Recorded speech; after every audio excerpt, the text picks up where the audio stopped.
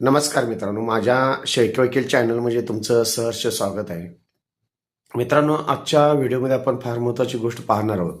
IPC कलम 352 ची तरतूद काय सांगते.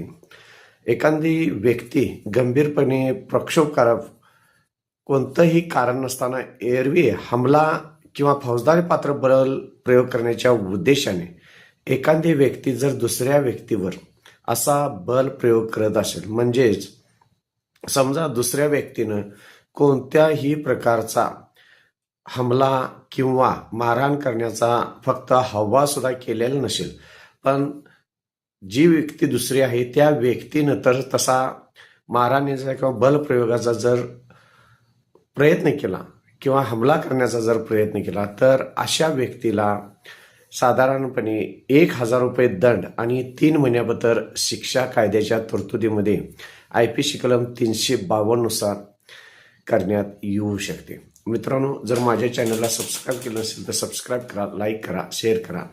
धन्यवाद.